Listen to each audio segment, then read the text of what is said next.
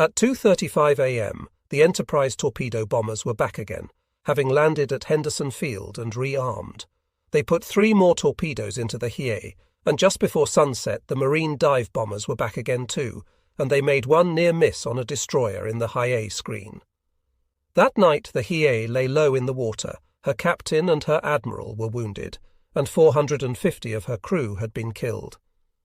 Admiral Yamamoto ordered the battleship Kirishima to take the Hiei in tow and bring her back to Truk. But Admiral Abe and Captain Nishida flatly disregarded the direct order and scuttled the Hiei. She was sunk that night, and the survivors set off north toward Truk in the destroyers. When Admiral Yamamoto learned of the scuttling of the battleship, he was furious and called a court of inquiry. Admiral Abe and Captain Nishida were both ordered to retire, which meant go home to live in Japan in ignominy for the rest of their lives. So the battle the Japanese called the Third Battle of the Solomon Sea and the Americans called the Naval Battle of Guadalcanal came to an end. Admiral Abe had failed in his primary mission, which was to pulverize Henderson Field. He had paid for that dearly the next day in the sinking of his flagship, a loss which would not have been accomplished without the efforts of planes from Henderson Field. The Japanese combined plan to smash Henderson Field and then take it with troops of the 38th Division was upset. As for the Americans, they had taken a dreadful beating in destruction and damage of ships. 4 destroyers sunk or scuttled, 2 cruisers sunk, 3 cruisers disabled, and 2 destroyers disabled. Admiral Yamamoto was not content with anger at Admiral Abe for his failures. The chief of the combined fleet was determined that his plan would not fail. In the early morning hours, when the Hiei was still afloat, Yamamoto ordered Admiral Kondo, who was then 500 miles east of Rabaul, to rescue the Hii and then go on to bombard Henderson Field on the night of November 14.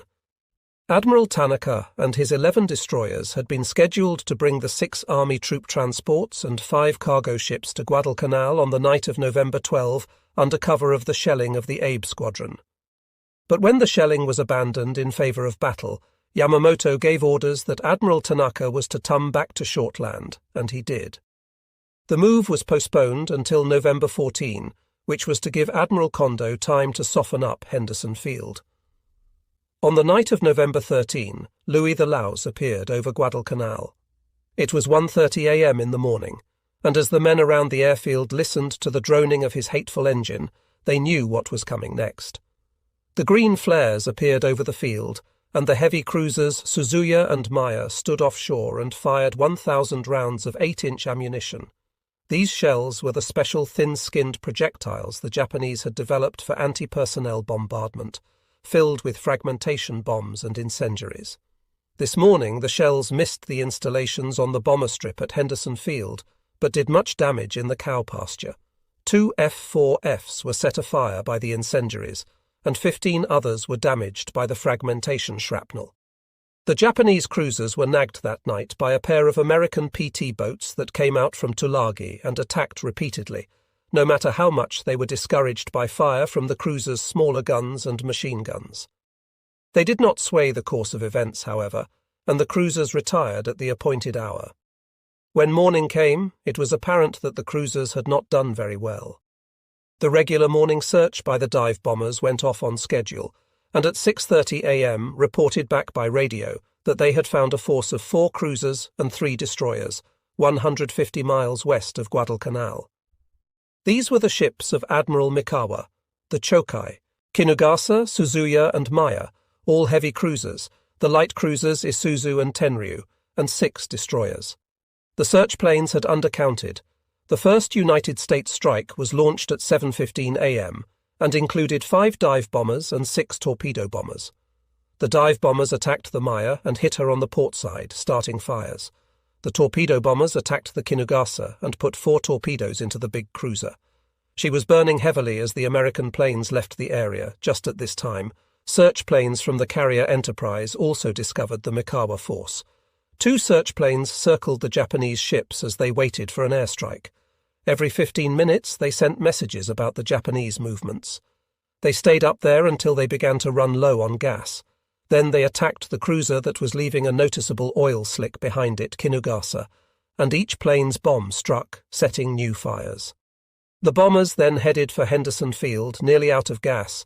A few minutes later, 2 more American bomber pilots from the Enterprise discovered the Mikawa ships and attacked. They were green pilots who had not even thought about sending a report. One of them survived the attack. The other did not. Neither did any damage.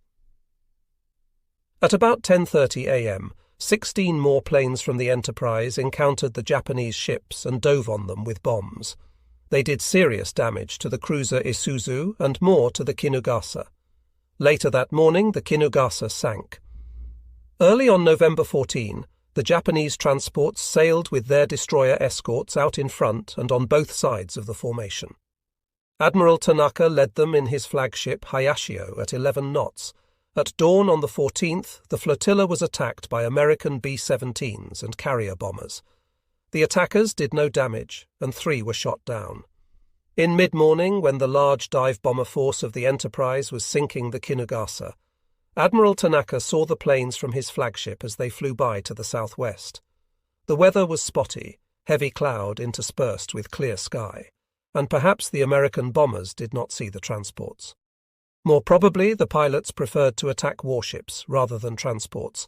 The results of the American air attacks were soon relayed to Admiral Tanaka. He had expected the support of the Mikawa ships to cover the landing of the 38th Division, but Mikawa was going back to Shortland. With 1 ship sunk and 3 damaged, he could not carry out his mission satisfactorily. 4 days earlier, Tanaka had word of the concentration of American naval forces in the Guadalcanal area, including the movement of the American carrier force, and he expected trouble, but nothing quite like what he was to get. Admiral Halsey was out to get those transports and cripple the Japanese attempt to reinforce the troops on the islands. To do so, he had sent Admiral Kincaid with the Enterprise, and they had helped smash Mikawa's group.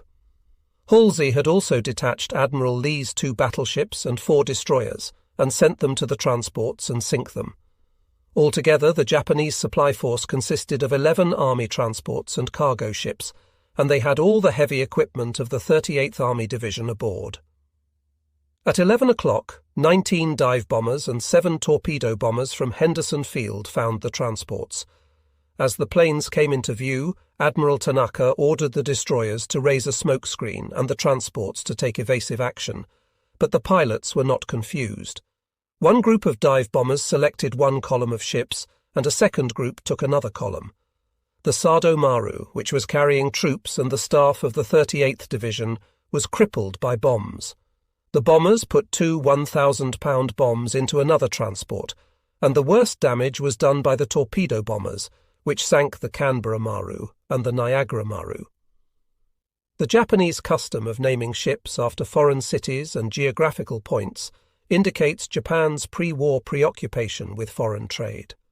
After the American planes had left, Admiral Tanaka supervised the rescue of survivors from the 2 sunken transports and dispatched the Sado Maru with the destroyers Amagiri and Mochizuki back to Shortland.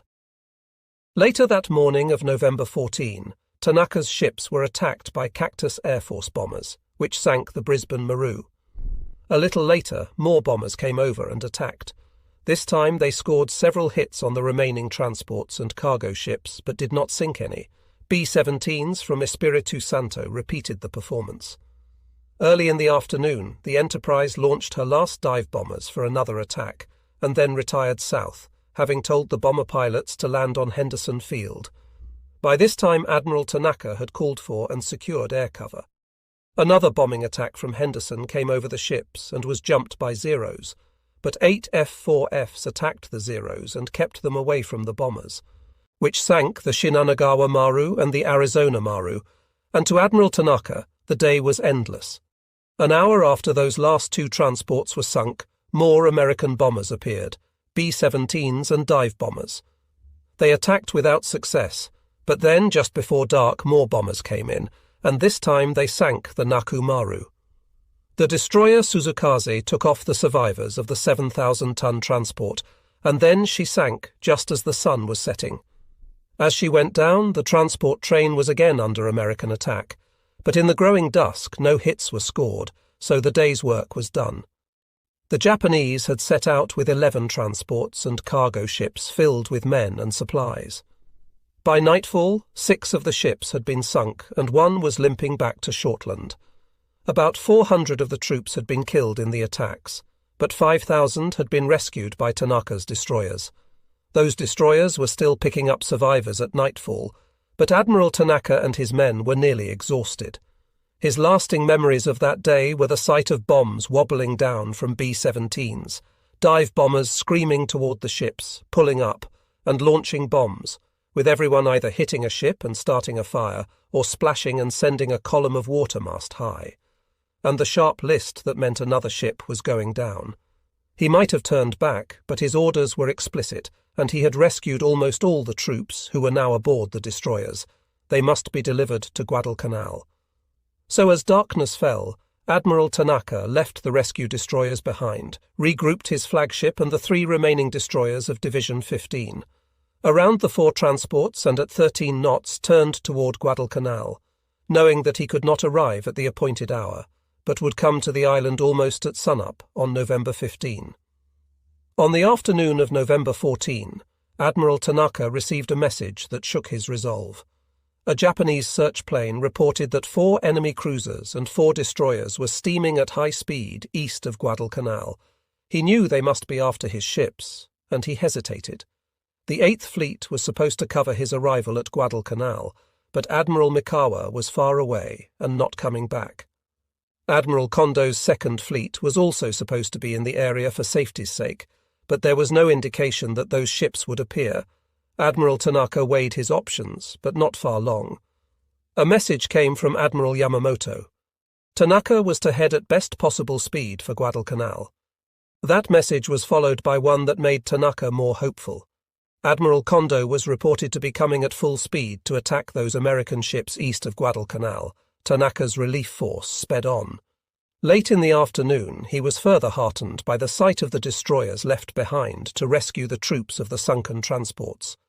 They had increased speed and now joined up. Just before midnight, the relief force came up with Admiral Kondo's ships, which now assumed the Guardian role 5 miles away. Early on the evening of November 14, Admiral Lee, with his battleships Washington and South Dakota and 4 destroyers, was moving around the western end of Guadalcanal, about 9 miles from the shore. The Americans suffered from one serious problem: lack of training. The 4 destroyers with Lee were not a division. They were ships from 4 different destroyer divisions, and they had no division commander aboard. They had been chosen for this task because they had more fuel than any other available destroyers. As Admiral Lee's ships moved west of Savo Island, the men could see the burning transports on the horizon. Admiral Lee ordered a course change that would take him down the slot. He wanted to reach Admiral Kondo's force as quickly as possible. Lee didn't know where Admiral Kondo was, and the coast watchers on Guadalcanal couldn't tell him. Kondo was very close. As Kondo approached Savo Island, he sent the light cruiser Sendai and 3 destroyers out ahead as a screen.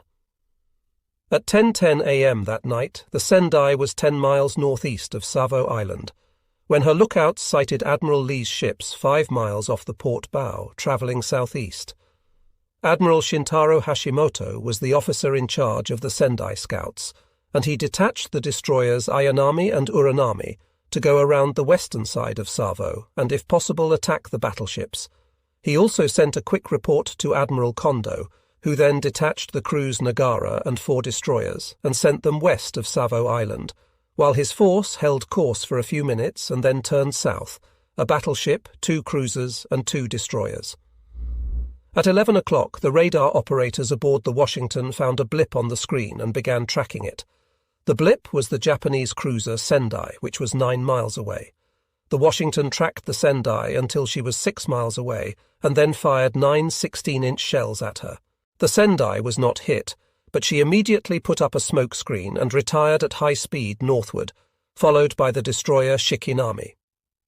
The Japanese destroyers Ayanami and Uranami were moving along the south shore of Savo Island when they were sighted by the American destroyers Benham, Preston and Walker.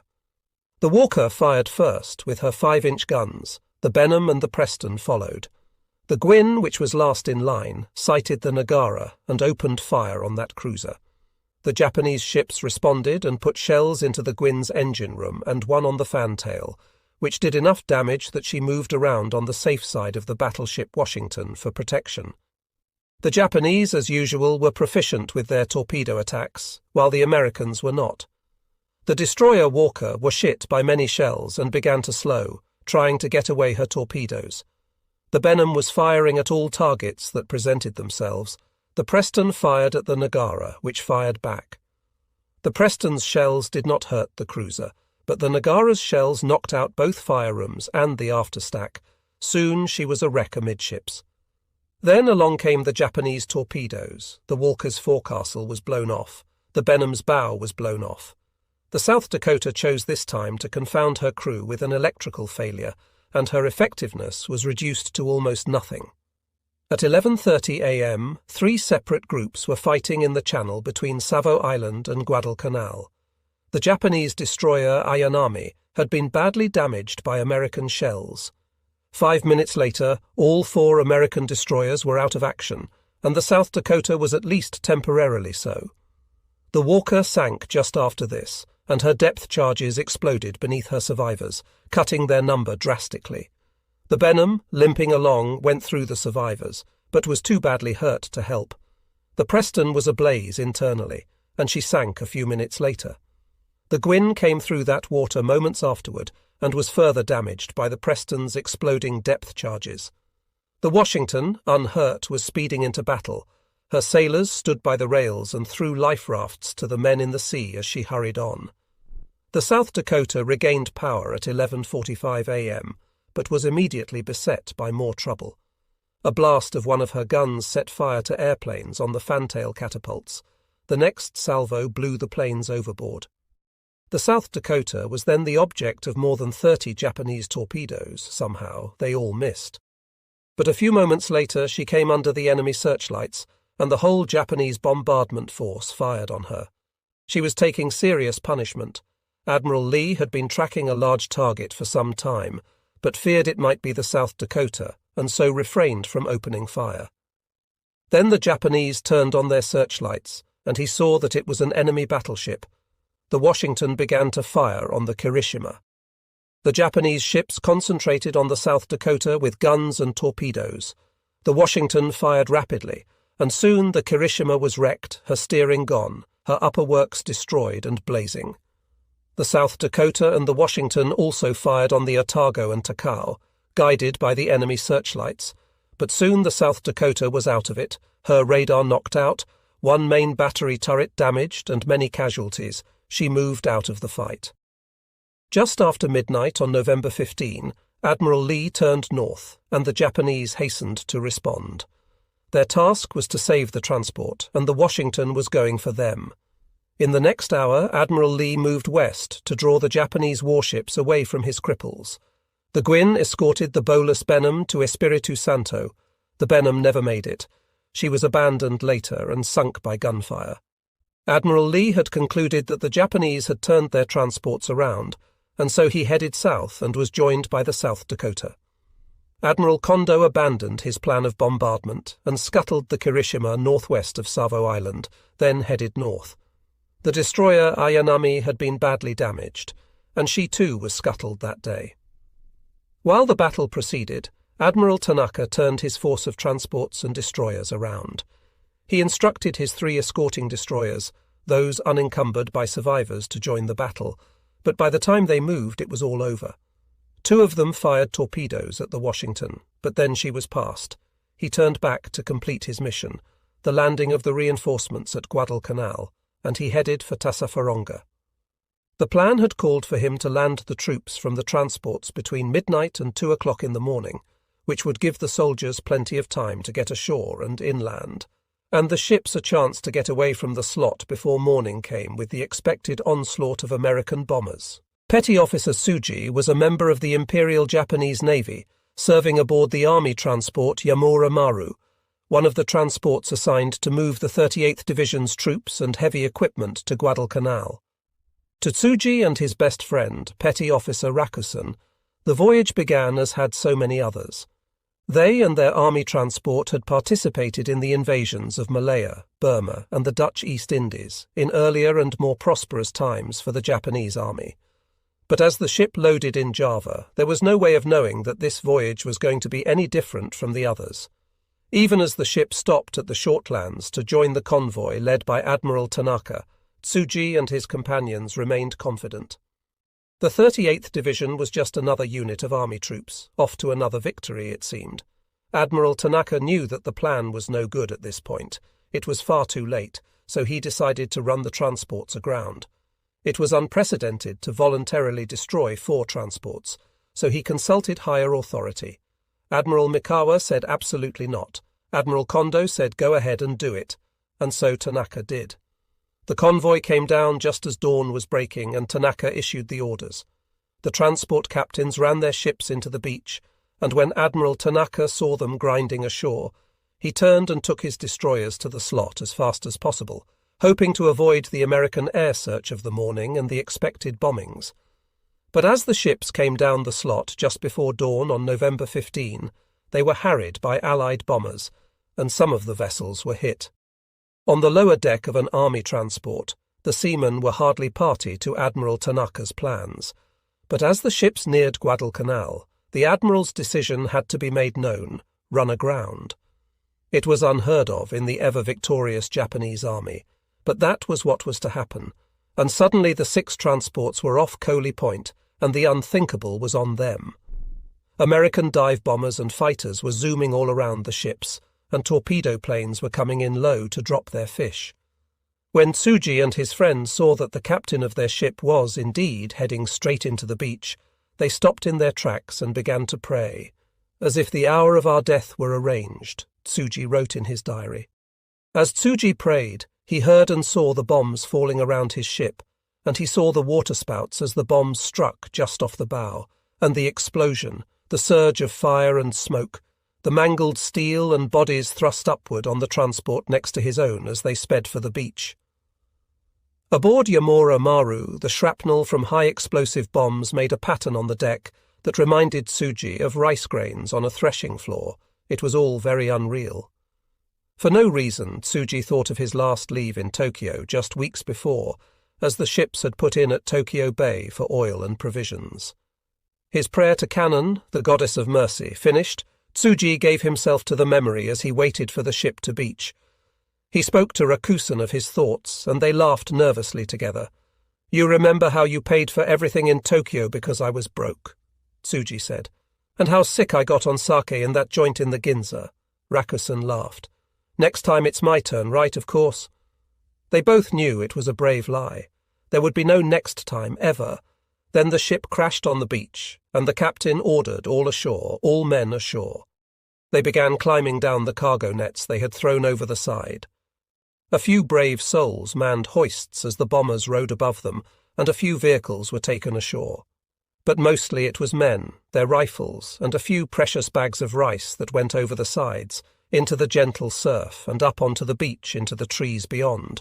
There, to wait for orders, they came soon enough.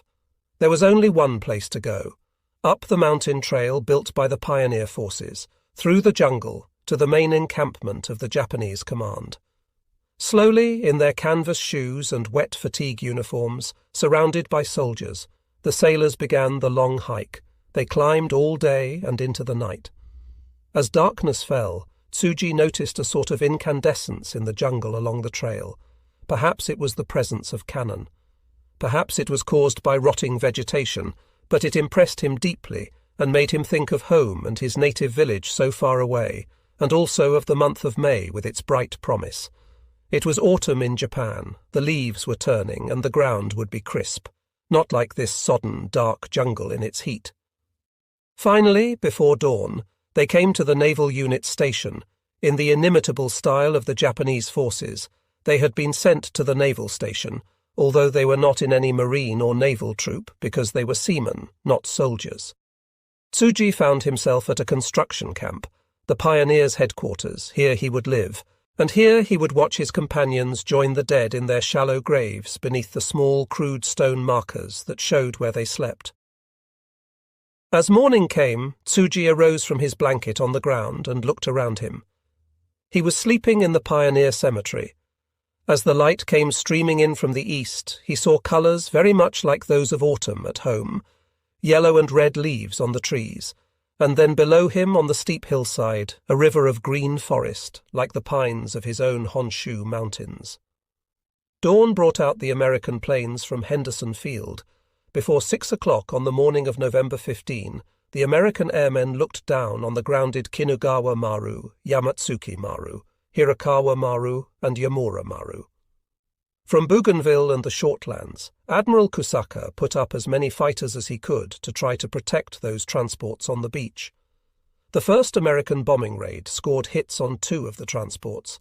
The second, half an hour later, hit more of them, and a third bombing raid at 7 a.m. in the morning found supplies on the beach and bombed them. 5 more attacks were made on the Japanese ships, and they burned. Admiral Kusaka sent more Zeros that day, but the F4Fs engaged them over Savo Island and claimed to have shot down 7 planes while losing 1. As darkness fell on November 15, back at Noumea, Admiral Halsey could claim a clear-cut victory. The Japanese had set out to land 10,000 men on Guadalcanal, plus the heavy equipment, big guns, and ammunition of an entire infantry division. Of the total, only 2,000 had actually gotten ashore, with 1,500 bags of rice, which would supply them for 4 days, and 260 rounds for mountain guns, the ammunition dump that was to be destroyed by bombers that same day. The cost to the Japanese had been 2 battleships, 1 heavy cruiser, 3 destroyers, 11 transports, and about 50 airplanes, plus 6 damaged warships.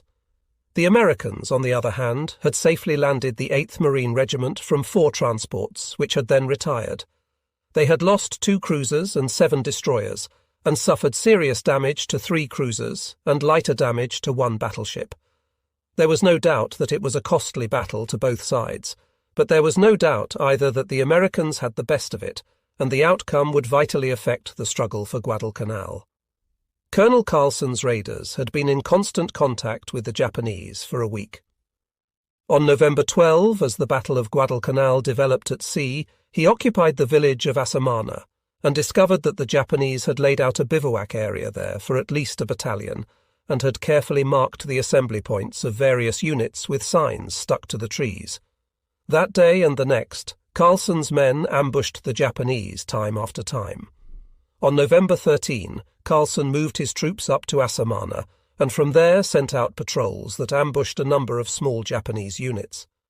The 7th Marines and the army troops had worked out a plan to ambush a large Japanese unit. But the enemy got wind of it, and the force swam the Malimbio River and made its way up into the hills on the west. So the raiders, having marched across the island, found there was nothing more for them to do on that mission, and Carlson went to Vandergrift's headquarters for a new assignment. On November 13, the Marines captured a number of landing craft and 15 tons of rice. The latter hurt, for the Japanese were extremely short of supplies. Indeed, because of the logistical problems, the landing of the 38th Division without its tanks, big guns, ammunition and supplies threatened to become a liability. The Americans faced a similar problem. On November 16, Admiral Turner assigned several transports to deliver more troops of the American division to Guadalcanal and to take in supplies. The Marines and Army troops were critically short of food, ammunition, aviation gas, bombs and torpedoes at Henderson Field. On the ground, the Marines harried the Japanese almost constantly. The Japanese had broken into many small groups and worked their way back into the jungle. General Kawaguchi's personal gear was captured by the raiders near Asamana, but not General Kawaguchi. Several of the forces that had been landed by Admiral Tanaka were regarded by the Americans as of little danger, because those Japanese had been so thoroughly disorganized and deprived of their supplies. Every day the Marines patrolled, and if they found Japanese activity, they called for artillery or for air support, and both responded as needed. The control of Henderson Field was making all the difference in the world, as Admiral Yamamoto had surmised weeks before. When Colonel Carlson came up to the 1st Division command post and asked for a new job, General Vandergrift gave him one. He and the raiders were to track down and destroy Pistol Pete, the group of Japanese howitzers that fired several times each day on Henderson Field. They were also to find the trail the Japanese had used to get from the Lunga River to the Matanikau River and set up an ambush. By November 18, General Vandergrift was preparing for another major attack, moving troops across the Matanikau River west of Point Cruz. The Cactus Air Force found relatively light air opposition, just a few Zeros in the air, and 3 of these were shot down by Army P-38s, brand-new twin-engine fighter planes for the Pacific Air Forces that had enormous speed and diving capability and immense firepower. These planes had considerable advantage over the Zeros, except in tight maneuvers. The search planes from Henderson Field found no Japanese shipping in the slot or anywhere near it. The Cactus Air Force was called upon for a few air support missions that day. On November 21, the Americans were moving, but slowly and against stubborn Japanese resistance.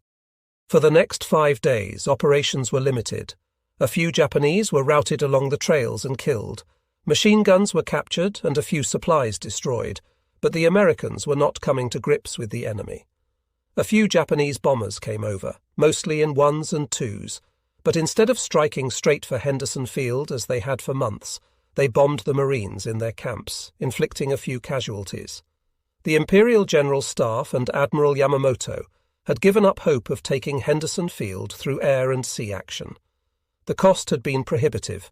The Imperial General Staff still indicated its complete commitment to the capture of Guadalcanal, but if it was to be done, it was going to be accomplished by the army. Finding the Japanese was a major problem. From the islanders on Guadalcanal, the Marines learned that there were about 3,000 troops at Rakata Bay on the northwest coast of Santa Isabel Island. Were they assembling there to move down to Guadalcanal?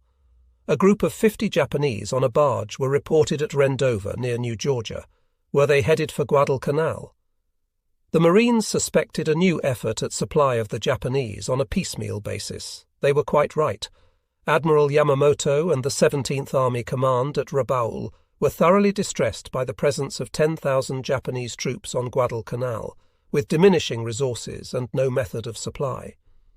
They could not supply the troops from the air, because the Cactus Air Force was too formidable. They could not supply them by transport.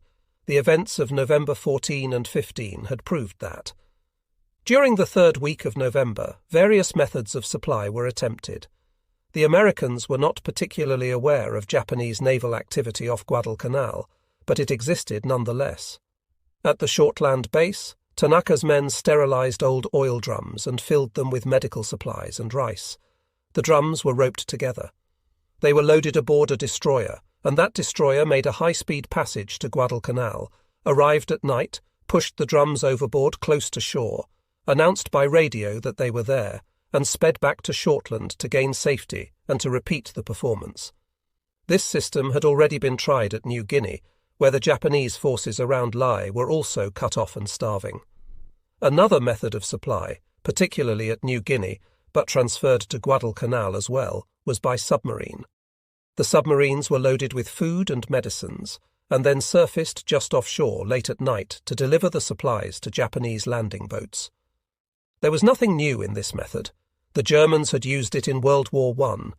The Americans had used it at Corregidor and at Guadalcanal in those first desperate days. By the end of November, the Japanese on Guadalcanal let it be known that these supply methods were totally inadequate. Japanese headquarters announced that by the end of the month the food would be completely consumed. Actually, all rice and other staples were gone before the end of the month, and the men had begun foraging and eating wild plants and animals to survive. The sick lists grew longer every day. Admiral Yamamoto, when approached by the army, was aghast to learn of the condition of the troops. Aboard the Yamato there was plenty.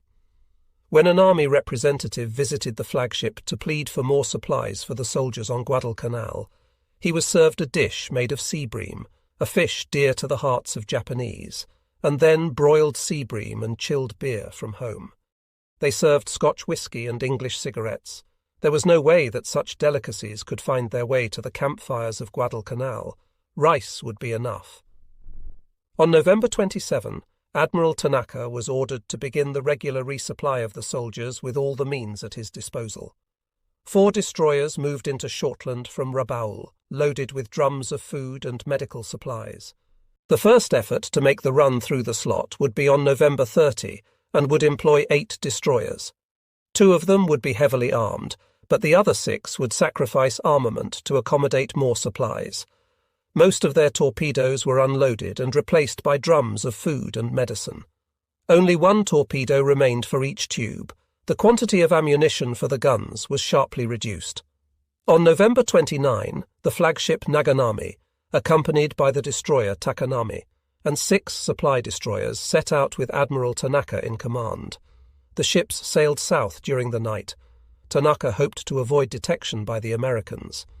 The American air searches were no better than usual, and they did not find the Tanaka force. This deficiency was certainly not due to any shortage of planes. Henderson Field had been heavily reinforced in recent days, and now housed 124 planes, including 8 B-17s. The Seabees were extending the bomber strip and laying mast and matting for a mile. The 2 fighter strips were also being matted, so there would be no trouble with mud.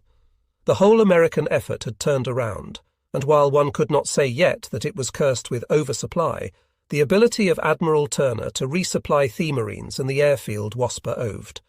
Further, the Jamestown, a motor torpedo boat tender, had been brought down to Tulagi, and 15 PT boats were operating out of those waters. 8 United States destroyers were assigned to regular transport escort duty between the Solomons and Espiritu Santo and Noumea. Where the United States was short was in carriers. The Saratoga was on her way back under Admiral Ramsey, and Enterprise had a new commander. After his desertion of the Hornet in her time of need, Admiral Kincaid had been moved to command of a 5-cruiser task force and was replaced by one of the young Turk Rear Admirals W. Ho had just been promoted. Rear Admiral Frederick C. Sherman was an airman through and through, notory-treaded battleship commander, as had been most of the task force leaders in the early days of the war. The Americans had the battleships Washington and North Carolina, and soon would have the Indiana. The battleships Maryland and Colorado were in the Fijis and could come up on command. Further, there had been an enormous change in outlook of the respective high commands. Admiral Yamamoto was sobered by defeat in the efforts to land men on Guadalcanal, and the dreadful attrition to his carriers, battleships, and destroyers. In terms of fleet actions, he had more than held his own. The Japanese had proved themselves superior in the management of battle, and the only serious defeats suffered by the Imperial Navy had been Admiral Gotto's unlucky meeting with Admiral Scott, Huon the engagement, despite his personal confusion as to the course of events, Admiral Abe's disastrous foray, and Admiral Kondo's error at the last naval battle. Yamamoto had another problem. The Japanese Navy's system of pilot training had always been sharply restricted to the best men. When the war began, the Japanese naval pilots were as good as any in the world, as a team far superior to the Americans. But in the battle of attrition beginning with Midway, the trained pilots had been going down one by one, and Japan's training system had not caught up. So Yamamoto was now getting pilots fresh out of training, who too often took their new planes out and were shot down on that first vital mission. Yamamoto was beset by other problems, such as supply and the inability of the 11th Air Fleet and the carrier force to stand up against the enormous number of planes that the Americans were throwing into the battle. With the arrival of the P-38s, the disparity of fighters grew even greater. The Zero had the advantage of long range, fleetness, and maneuverability. More and more, however, the stronger armament and superior firepower of the American aircraft was tilting the battle. The same had to be said for the Betty, the Bombero fallwork that at the beginning of the war had been the finest and most numerous in the Pacific. But the Betty was not totally outstripped by the B-17s and the B-24 four-engine bombers that were starting to come in. So Yamamoto's course was to keep the combined fleet out of major action and preserve the carriers. He was under further wraps from the Imperial General Staff, and he had thought seriously of committing the Yamato to the battle for Guadalcanal, and that 70,000-ton battleship might have made an enormous difference in the battle for Henderson Field. but Tokyo had indicated that because of her enormous fuel consumption, the best thing the Yamato could do was sit still. The fleet's daily consumption of fuel had gone far beyond pre-war expectations, and now amounted to 10,000 tons. The reserves at the Kura naval base had been reduced to 65,000 tons, which was obviously a dangerously low level, and the American submarine menace grew worse each week as the United States submarines sank more tankers. So he kept the Yamato at Truk out of action, and he still thought of the war in terms of one more decisive victory, and then the supreme effort to get to the peace table. Since he could not control the army's activity, in his sphere the battle had to be naval, and he was holding his forces for that day. Admiral Halsey was prosecuting the war in the South Pacific with great vigour. He had only one absolute for his officers: fight if they fought and lost. Even if they made errors in judgment, he would not complain. If they showed the slightest timidity, he would have them out of his command. If they proved totally inept, he would break them as quick as look at them. One day, when a new destroyer commander showed up in Noumea, Halsey laid that all out for him. Quite probably, if Admiral Callahan had survived the Battle of Guadalcanal, Admiral King would have demanded his head for carelessness and bad planning, but Admiral Halsey would have protected him. "Go get them" was one of Halsey's fondest phrases, and every ship commander in the South Pacific knew it. Even before Halsey began to get the materials necessary to win the battle, he showed that indomitable spirit. In November, as the materials began to flow, largely in response to a direct order from President Roosevelt that Guadalcanal should be held, Halsey became ever more confident and ever more effective. He was determined to protect the American position on Guadalcanal, but not in the old way. His ships would be used in task forces and would stay out of the dangerous waters of the slot except when on a mission. One such mission was that, given to Admiral Kinkaid's task force of cruisers, Kinkaid was told to counter any and all night landing attempts by the Japanese. The cruisers were to be brought to a point south of Guadalcanal, and when reports came that the Japanese were launching a resupply mission, they were to move up to stop it. 3 days after Admiral Kinkaid was moved to his new cruiser command, he was snatched back from the South Pacific by Admiral King to take command of the American naval force that was planning to wipe the Japanese out of the Aleutian Islands. The Japanese had landed there successfully during the Midway battle, but had not made any efforts to advance. There had been a few naval encounters, mostly to the advantage of the Japanese. Now Admiral King had seen the availability of resources, and he wanted the Japanese threat destroyed. So as Admiral Tanaka prepared for his first major resupply mission since the unfortunate attempt to deliver the 38th Division and its supplies, the command of the 5 cruiser force was turned over to Rear Admiral Carlton H. Wright, who had been a cruiser task force commander for Nimitz in the Pacific since July. Kinkaid was an excellent battle commander of surface ships. Before he left the South Pacific, he had drawn a battle plan for the task force. No more would the Americans move their ships in a straight line, without regard for the effective use of their most important intelligence weapon, radar. The cruisers had been divided into 2 groups, making sure that each group had the newest search radar aboard at least one ship.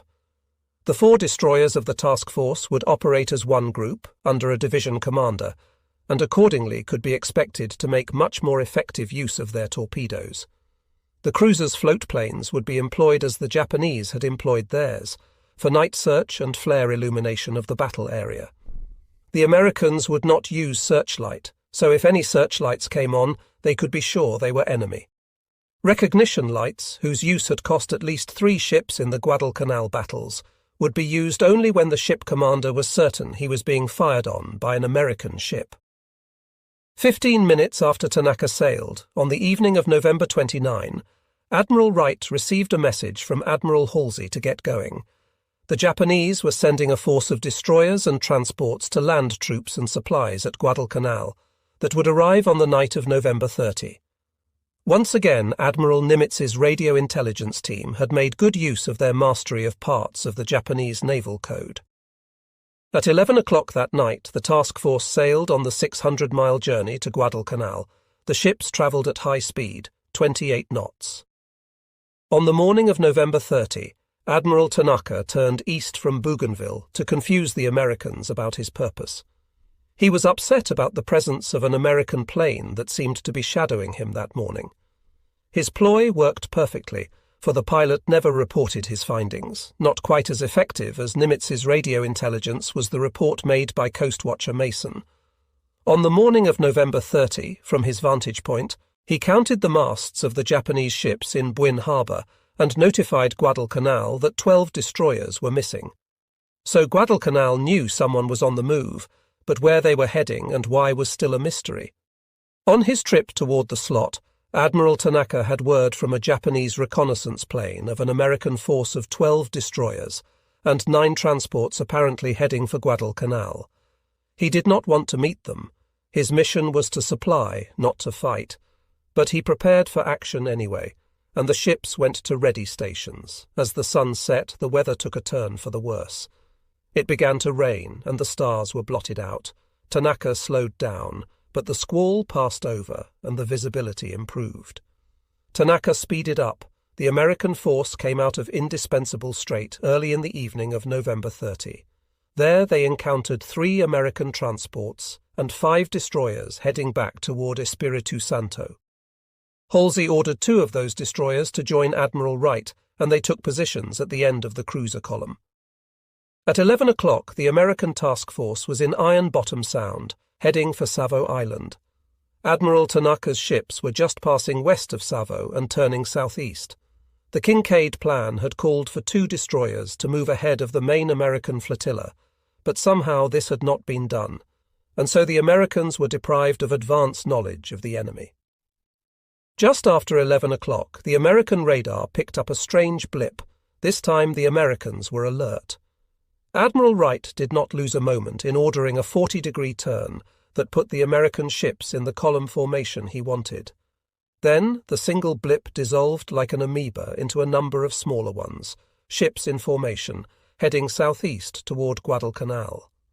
In fact, Admiral Tanaka had already given orders for the supply destroyers to be ready to dump their drums, because the current and tide would take them ashore at the Japanese end of the island. The ships had slowed to 12 knots and were about a mile offshore, but before Tanaka gave the execute order, 3 enemy planes began circling the Japanese ships.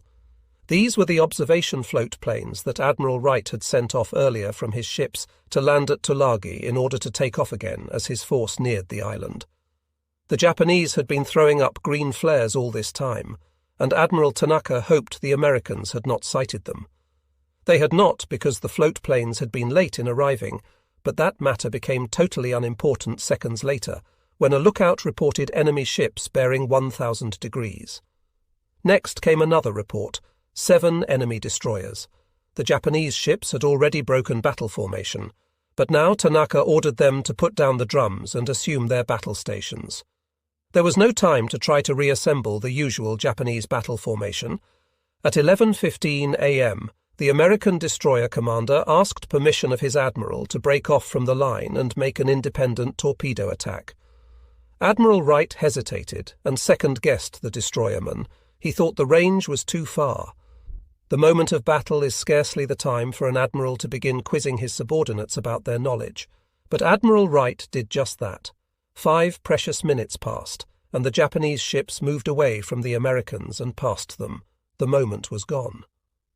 When the admiral finally gave the commander the go sign, the destroyers launched 20 torpedoes at the Japanese ships, but the range and angle were all wrong, and $200,000 worth of American weaponry went to the bottom of the sea without doing any damage.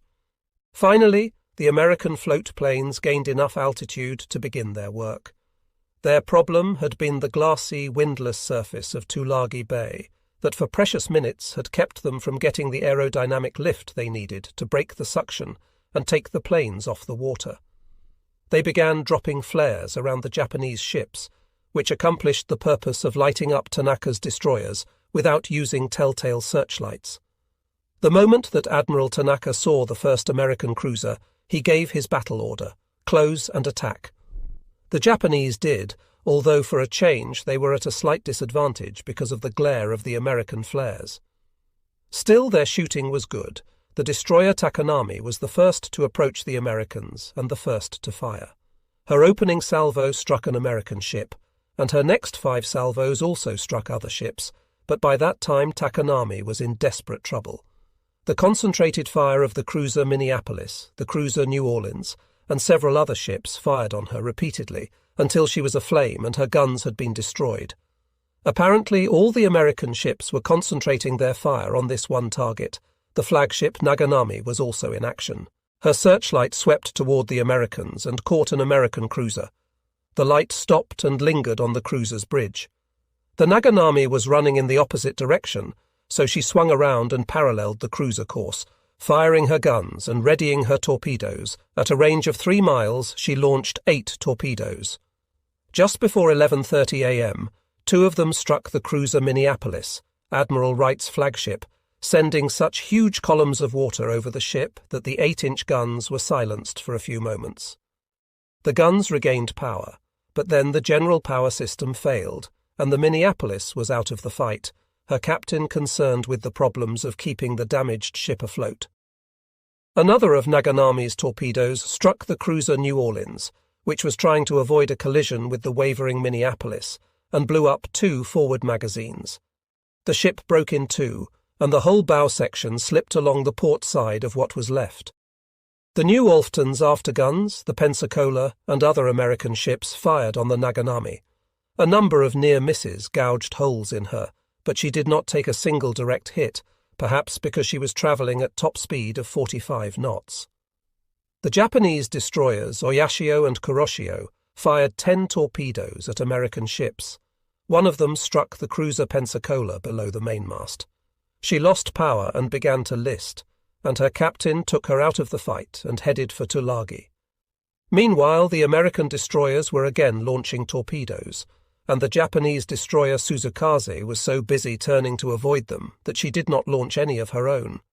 The American heavy cruiser Northampton turned to avoid the 3 damaged vessels ahead of her, and kept firing, but 2 of Oyashio's torpedoes struck her and opened her up as a can opener rips through a tin of beans. She listed to port, slowed, and finally stopped. The American ships became thoroughly confused, and some were firing on each other. 2 of the destroyers had to leave the scene to avoid gunfire from crippled cruisers. Altogether, the action lasted almost half an hour, and then both sides began taking stock. Admiral Wright in the stricken Minneapolis gave up his command to Admiral Tisdale in the Honolulu, which went around Savo Island to try to find the Japanese. All he found was a destroyer landing troops on the beach at Guadalcanal that turned out to be one of the wrecked transports that Tanaka had run aground 2 weeks earlier. He steamed around Savo Island once more and found nothing. Admiral Tanaka pulled clear of the battle and called up the Takanami. She did not answer. He sent the Oyashio and Kuroshio back to find her and to see what help they could give. They did find her south of Cape Esperance, dead in the water. At about that time the Honolulu appeared, and the 2 Japanese destroyers fled, leaving the Takanami survivors in the water. Some of them made their way by small boat and raft to Guadalcanal, where they joined the troops. But 26 Japanese sailors and the ship's log were rescued by the Americans. Apparently the Honolulu never saw the Takanami or the 2 undamaged Japanese destroyers, and later Admiral Morrison wrote that the Takanami had sunk during the heat of the action with all hands. In any event, Admiral Tanaka had lost a ship. He assembled all the others around the flagship, and to his surprise discovered that not one of the other Japanese destroyers had suffered even a single direct hit. But they had fired all their torpedoes, and the supply destroyers did not have sufficient ammunition to engage in further action. To do so would not have been in accord with Japanese Navy doctrine anyhow, since the torpedoes were gone, and the Japanese placed a much higher value on the destroyers as torpedo platforms than did the Americans at that time. The battle the Japanese called the Night Battle of Lunga, and the Americans called the Battle of Tassafaronga, was over. Admiral Tanaka had not fulfilled his supply mission, but had inflicted one of the most stunning defeats of the war in terms of relative strengths of forces employed. With nothing but destroyers, he had sunk the cruiser Northampton. She was abandoned that night, and caused serious damage to 3 other American cruisers, while losing a single destroyer. The Minneapolis and the New Orleans had to be sent back to the United States for repairs and were out of action for nearly a year. The Pensacola had to go back to Pearl Harbor, and she also was out of action until October 1943. In post-mortem, the American admirals tried to figure out what had gone wrong. They had many explanations. Surprise, the lack of military training with this task force, the numerical inferiority of the American destroyers. But the truth was that the Americans conducted a sloppy battle. The float planes did not do their job, and the destroyers did not do theirs. The marksmanship of the cruiser gunners, who fired hundreds of salvos, was dismal. In the final analysis, it added up to a well-known story. In night fighting tactics, the Japanese were far superior to the Americans. They had already had much more practice, and Admiral Tanaka's destroyers worked as a team, but that was not the real answer. The Japanese had a better conceptual use of the destroyers in night actions than the Americans, and were thus much more effective in fighting. The Americans could take some pride in improvement of their damage control methods. They saved 3 of the cruisers, but the end result was a stunning victory. That Admiral Tanaka had not delivered the supplies to Guadalcanal that night. He was furious again, and the fact that Tanaka had scored a major sea victory over the Americans did not help. Yamamoto knew better than any other Japanese commander that the Americans had an enormous capability to construct ships, and it was already showing in the battle for Guadalcanal. Time, as he saw, was not on his side, and every day's failure to deliver the supplies meant more wastage of the troops starving on the island. Tanaka reasoned that night that many American destroyers were still unhurt. Without weapons himself, he had no desire to run the gauntlet. Only later did he realize that the Americans were thoroughly disorganized, that most of the destroyers were engaged in rescue operations, and that if he had gone back to deliver the supplies, he probably would have been successful and could have steamed away without another fight.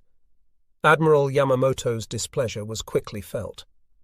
Admiral Tanaka had tried hard, and would try again to carry out a mission that at best was improbable, the small-scale and piecemeal resupply of a large fighting force trapped on an island with the enemy in control of the air and the sea by day. On December 1, Admiral Tanaka was back at Shortland, and in the next 2 days the destroyers Arashi and Nowaki and Yugure were assigned by Admiral Yamamoto to join the supply fleet. On December 3, in his flagship, Naganami accompanied by 10 destroyers, he sailed again. 7 of the destroyers were loaded with supplies, and the other 3 were the escort. In the morning, the ships sighted a group of B-17s, but the planes were obviously bent on other business, for they did not attack. Late in the afternoon, as the Japanese force was steaming under air protection from 12 Zero float planes from Buin, a group of American fighters, bombers, and torpedo bombers attacked. Each side lost several aircraft, and the destroyer Makinami was damaged by a near miss from a bomb. Several men were killed and wounded, but the ship's capacity was not seriously impaired, and the relief force steamed on.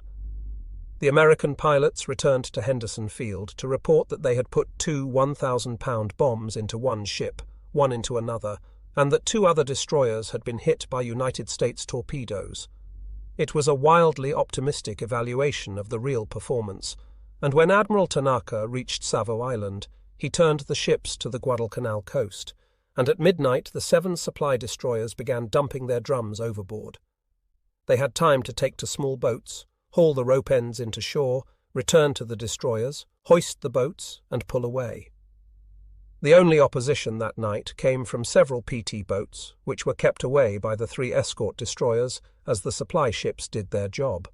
The supply mission, however, was not a success, through no fault of Admiral Tanaka, but because of the aggressiveness of General Vandergrift's troops ashore and the weakness of the Japanese troops. The Americans were patrolling and engaging the Japanese constantly and effectively prevented a large force from reaching the shore the next day to retrieve most of the drums.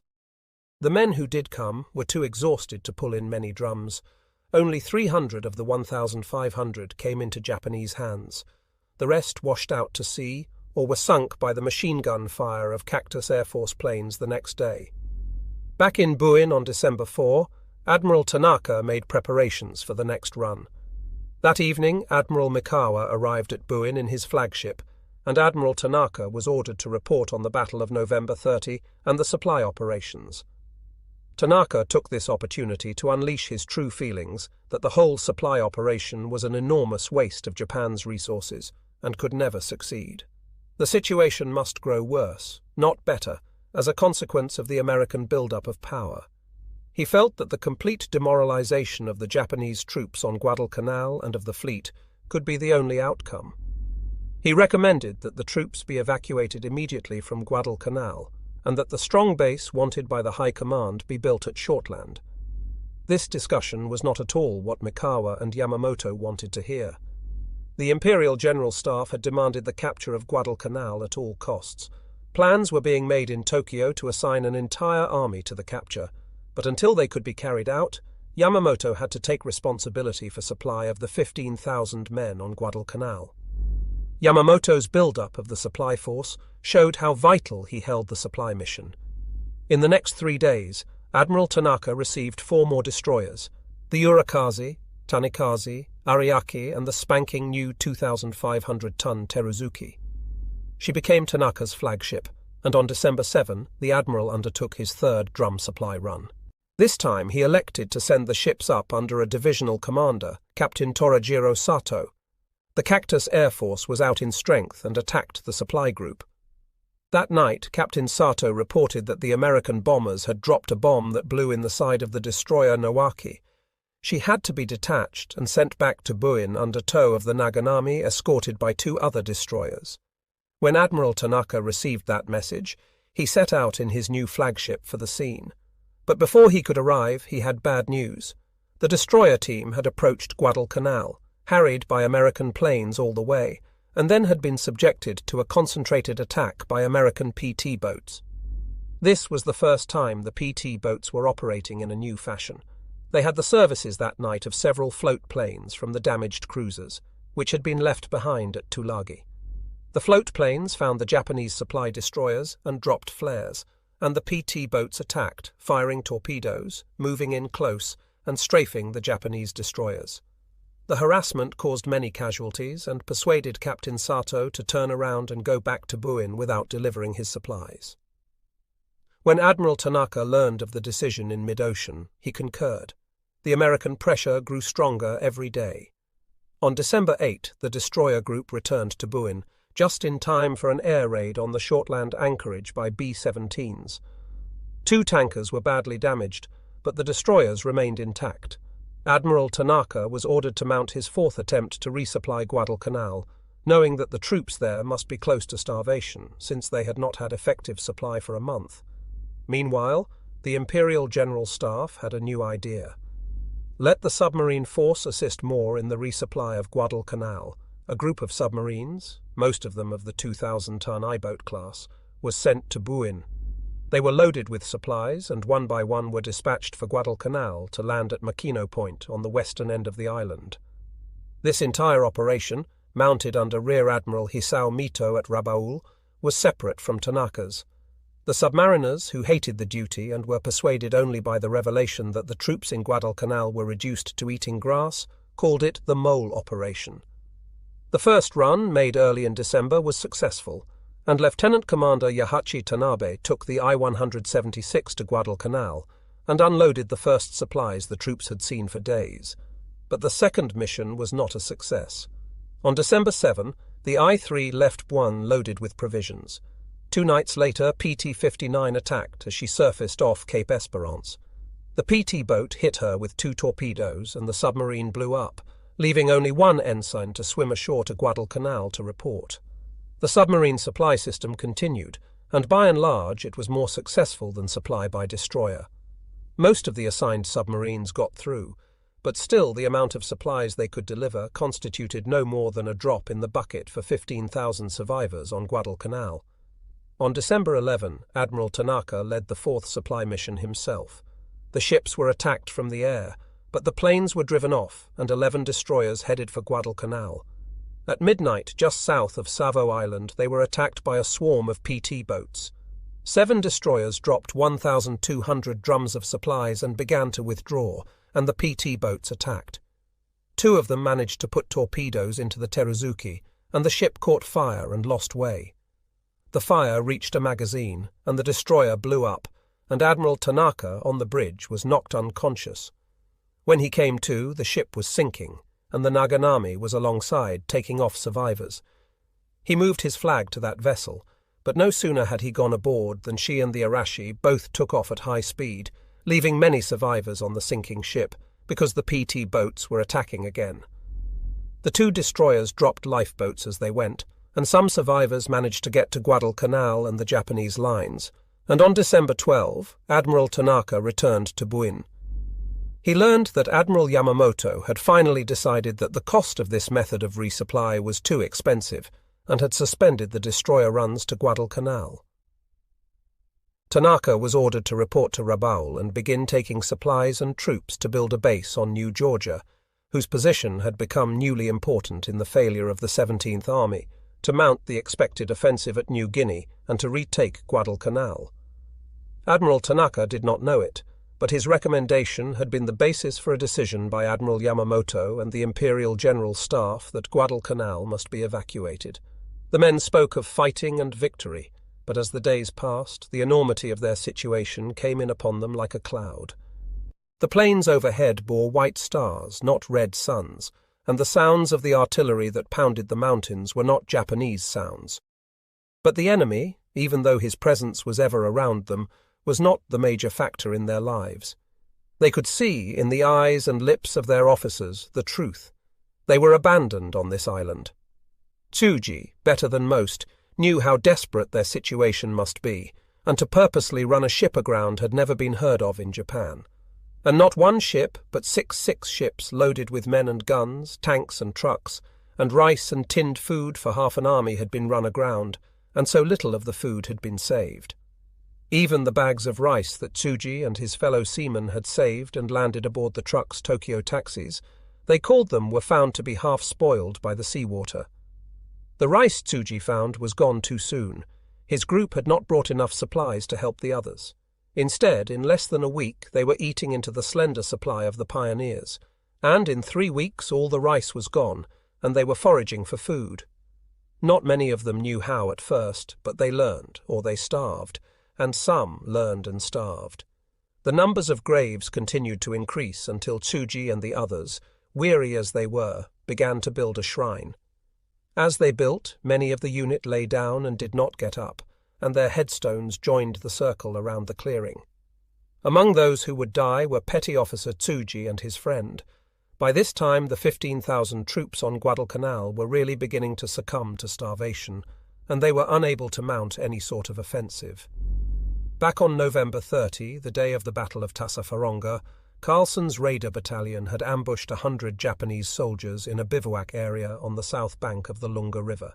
They caught the Japanese with their rifles stacked and killed nearly all of them before they could recover from the surprise.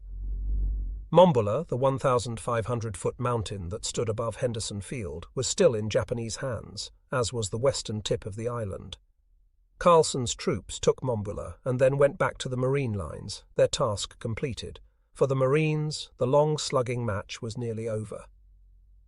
On December 9, General Vandergrift was relieved of command of the Guadalcanal forces, replaced by Army Major General Alexander Patch, because, as Admiral Halsey saw, the army would be taking over the fighting on Guadalcanal shortly afterwards.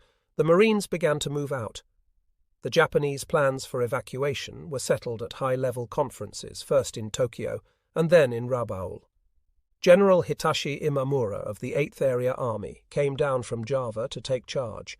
Admiral Yamamoto's staff officers and the army representatives worked out the details. On January 14, the Japanese sent 9 destroyers to Guadalcanal to carry 600 new troops who were to be the rear guard of the evacuation. On the return trip, the destroyers were jumped by planes of the Cactus Air Force, and 4 destroyers were damaged by bombs or near misses. The brave little force of American PT boats sent out 13 boats that night to patrol, and 2 of them got involved with the destroyers. They attacked, but the destroyers outmaneuvered them, and one of the boats was run aground on a reef off Florida Island. Beginning in December, there was a remarkable change in the attitude of the American command. No longer was every mission of the Cactus Air Force reported in the war diaries. No longer was the question of gasoline supply raised, or the worry about Japanese reinforcement. The crisis that had persisted from August through November had ended. The Americans had never won a clear-cut victory at sea, nor on the ground, except the defensive actions that saved Henderson Field twice. But they had won a decisive victory in the air, and the Japanese 11th Air Fleet seemed completely unable to respond further. Nor was there any reason for the enormous effort of the Japanese pilots in September, October, and November had been hinged to the basic plan of retaking Henderson Field. That objective had been abandoned. The Americans sensed it, and the Japanese knew it. The battle now was for the Japanese rescue of the forces they had committed to the island. Admiral Halsey's efforts were no longer aimed at buttressing the position of the land forces and air forces so they could hold. Most of his time was spent planning new action. As if to underline this change, the beginning of the KE operation, as the Japanese called the evacuation, went unnoticed in the American dispatches, and the damages to the destroyers seemed almost routine. Every day there were reports of fighting, and that meant men killed and wounded on both sides. On December 15, Halsey reported to Admiral Nimitz on the events of the previous 24 hours. Guadalcanal's ground forces had been patrolling again, and they had killed 25 Japanese soldiers, and 6 Marines were wounded. Munda on New Georgia was bombed 3 times in the attempt to slow down the construction of the new Japanese base in the Solomons. Also around New Georgia, the Cactus Air Force had shot down 3 Float Zeros out of a Force 12. One B-17 was lost in the bombing raid, but the crew was rescued. 6 destroyers approaching Munda were attacked by 9 American dive bombers. That was Admiral Tanaka bringing the first of the New Georgia garrison force. Actually, the attention of the Americans was largely diverted to New Georgia. General Patch's army troops and the remaining Marines were working their way south to cut off the remaining Japanese on Guadalcanal, but the airways were filled with messages about troop transports and teletype machines, and the comings and goings of hundreds of ships. The old shoestring of August had been replaced by a towing hawser, and it showed. The preoccupation with administrative detail in this period indicated the growing resources at Admiral Halsey's command and his efforts to clear out the northwestern Solomon Islands as quickly as possible. The heavy ships of the fleet were on the lookout for Japanese capital vessels. The submarines were working to interdict supplies, particularly oil from Truk and Rabaul. The defences of Guadalcanal were strengthened, and port facilities at Tulagi improved. Now the destroyers that accompanied the American transports had little trouble. The force of PT boats had increased too. In January, Guadalcanal was occupied by the rest of the Army's Americal Division and the 25th Division. The 1st Division of Marines was in Australia, after a rest period in New Zealand, the 1st Raider Battalion and the 1st Parachute Battalion. These were the men who had fought so hard to hold on in those fierce months from August through November, were returning to Noumea, and the army troops set out to clear Guadalcanal. In December, General Patch was waiting for reinforcements, so he concentrated on smoothing out the American perimeter and lopping off any Japanese intrusions such as that at Point Cruz, a hangover from the early days of the campaign. Occasionally, the Japanese made a successful raid, as on one December night when a party got through the lines onto Henderson Field and wrecked a plane and a truck. At the end of December, General Patch ordered an advance against the Japanese on Mount Austin, overlooking Henderson Field. As was so often the case, American intelligence underestimated the number of enemy troops there or their strength in arms, and paid a heavy price for a frontal assault. Colonel Oka, the Japanese area commander, was there with 2 infantry battalions and a regiment of mountain artillery. There were 500 men manning a line of pillboxes against the American advance. It took frontal attacks by the 132nd Regiment, plus fire support from destroyers and a heavy concentration of Army artillery fire to take the strong point. In January, General Patch's command was reorganized as the 24th Corps. It included the 25th Army Division and the 2nd Marine Division. The Americans had 50,000 men on the island. The Japanese position was hopeless. Unit after unit was cut off, and instead of surrendering, most of those troops elected to make one last brave charge in the name of their emperor, with the full knowledge that they would be killed. The whole Guadalcanal operation became a Japanese army problem. with the Navy concerning itself only with the actual evacuation that was planned. General Hitoshi Imamura was in charge as head of the 8th Area Army. With his diminishing resources, Admiral Yamamoto attempted to halt the growing strength of the Americans at Guadalcanal. The supply of twin-engine Betty bombers was very short, so he used Kawanishi flying boats, which were even larger and more ungainly as attack craft than the American PBYs. The bombs they carried were too small, and the pilot training was too slight for them to have much effect. Writing of it later, Admiral Morrison, the Navy's historian, termed the attempt stupid and ineffective, which seems a bit harsh under the circumstances. On January 10, General Patch had all the troops he felt he needed, and he began the drive to destroy the Japanese army presence on Guadalcanal. No one in the American organization knew how many Japanese were on the island. Japanese records show that 31,500 men of the Army and Navy had been landed on the island by January. But even the Japanese could not say how many were still alive by January 10, for men died every day of starvation and disease. These losses were far more serious than those inflicted in combat, and among those left alive, many were so weak that their performance in battle was brief and ineffectual. They fought bravely, inflicted casualties, and died the heroic deaths they sought. The futility of it is apparent nearly 4 decades later, but at the time, General Imamura's approach was to rescue as many men as possible so that they might fight again from other Solomon Islands and recapture Guadalcanal. For a week in mid-January, Colonel Oka's force held out on the height called Gifu by the Japanese. A few soldiers responded to pleas that they surrender, but the majority refused. One platoon talked the matter over, and the men decided they were too weak even to surrender, so they waited for death, and it came to them in the form of a heavy shelling by big American guns. The American attack was so well coordinated that no Japanese on the island could fail to realize what was happening. American planes dominated the skies, and occasionally a Japanese Zero or a bomber came over, but almost invariably it would be shot down. American ships dominated the seas day and night, and if there were not many warships around, it was because they were not needed and were employed elsewhere. The American artillery dominated the land battle, and the American tanks, trucks, and jeeps made the going easier than it had been before, although in the jungle they still had to depend on airdrops and Melanesian carriers for supply.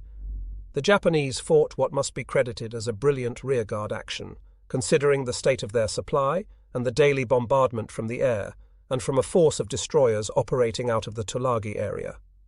The destroyers, Nicholas, O'Bannon, Radford, and De Haven, were assigned to bombard enemy positions, and did so, often putting out 1,000 rounds of 5-inch ammunition per day against selected targets. The effect was devastating. The Americans drove the Japanese along the coast from the central Japanese position at Kokumbona west of Point Cruz. The American engineers built roads as they went, which solved the later problems of supply. There were so many troops involved that large flanking operations were the rule, but the Americans had to fight for every foot of the ground. They reached the Bonegi River below Tassafaronga, which had been the central point of Japanese resupply. The 600 troops of the covering force made a stand here, covering General Hyukatake's rear as he prepared to evacuate the survivors. The 13,000 survivors by this time were a motley group. There were a few men left from the original Guadalcanal garrison and the pioneer forces that had built the airfield. There were men from the 2nd Army Division and a handful of Colonel Elchiki's troops and General Kawaguchi's reinforcements. There were men from the 38th Division, flyers from the 11th Air Fleet who had been shot down and parachuted into Guadalcanal or the sea, and sailors who had escaped their sinking ships. Admiral Yamamoto and General Imamura wanted them back and were prepared to make heroic gestures to get them. By the end of January, Guadalcanal was so secure in American eyes that when Secretary of the Navy Frank Knox came to the South Pacific, he was brought to the island by Admiral Nimitz and Admiral Halsey. Guadalcanal, once the desperate worry of even President Roosevelt, was something of a showplace, although not yet secured from the American viewpoint the Pacific offensive had begun. Late in January, Admiral Halsey's naval action moved up to the new Georgia area, bombarding the Japanese at points where they were constructing air bases. The Japanese tried to stop these raids by counter-raids conducted by the 11th Air Fleet, but the fleet's strength these days was no match for the combined United States Army, Navy, and Marine aviation from Admiral Halsey's command and General MacArthur's. At the end of the month, Admiral Kusaka sent several groups of Betty bombers and Zero fighters to Guadalcanal. Times had changed. The new pilots on one raid failed to find Henderson Field. The next raid that came over was costly to the 11th Air Fleet. The Americans sent up the F4Fs and shot down a dozen Zeros at the price of 4 American planes.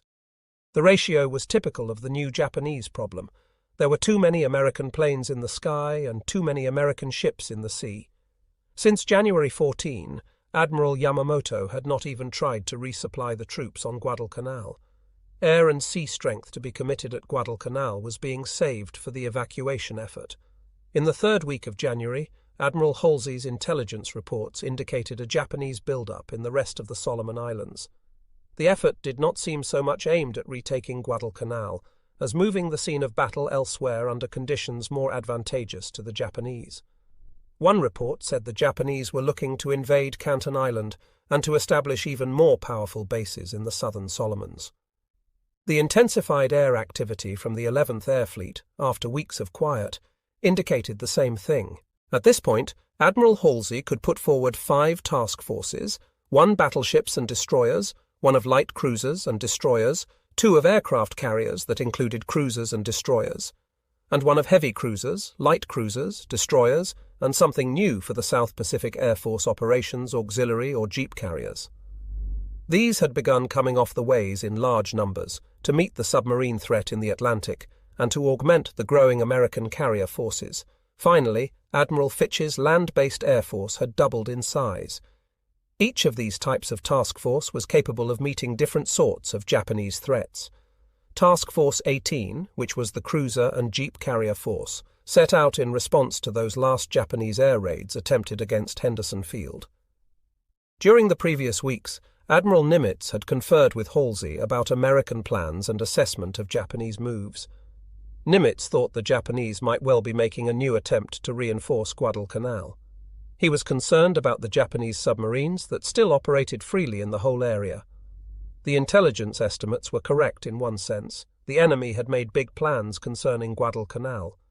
But so complete was the Japanese upper echelon secrecy that the Americans had no clue to the real situation, that General Imamura and Admiral Yamamoto were planning the total evacuation of Guadalcanal.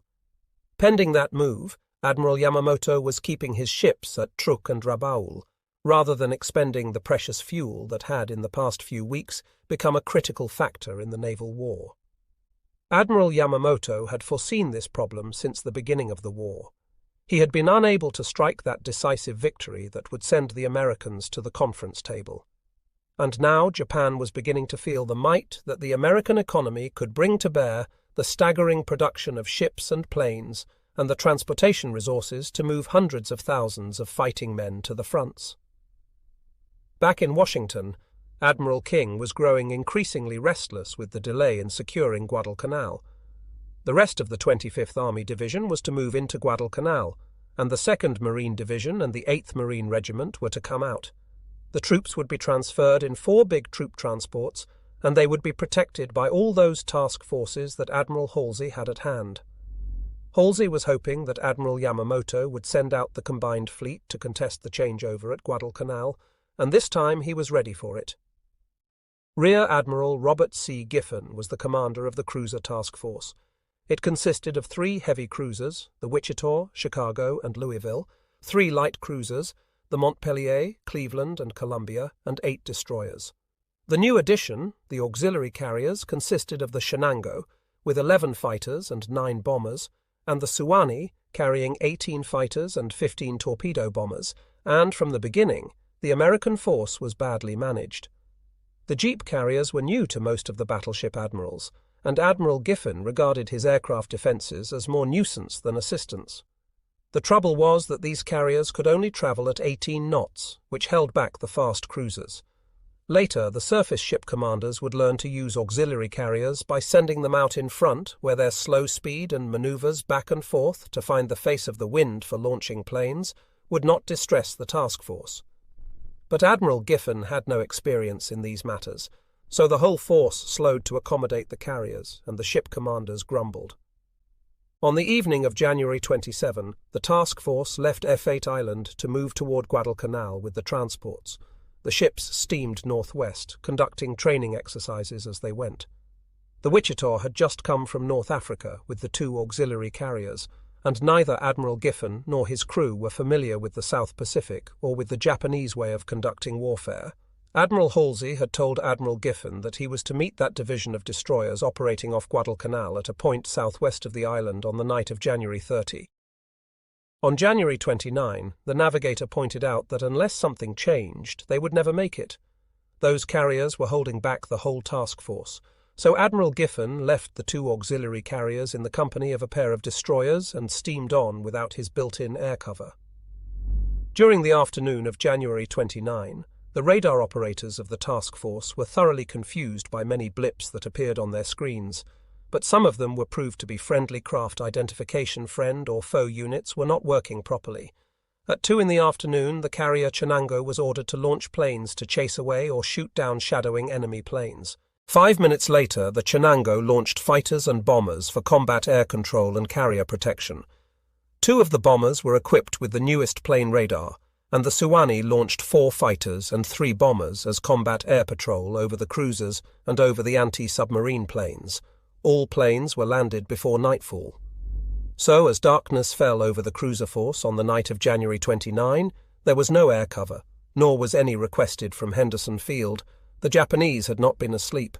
Many of the planes that snooped the cruisers that afternoon were Japanese, so in the middle of the afternoon, Admiral Kusaka ordered an airstrike of Betty bombers to be made after dark.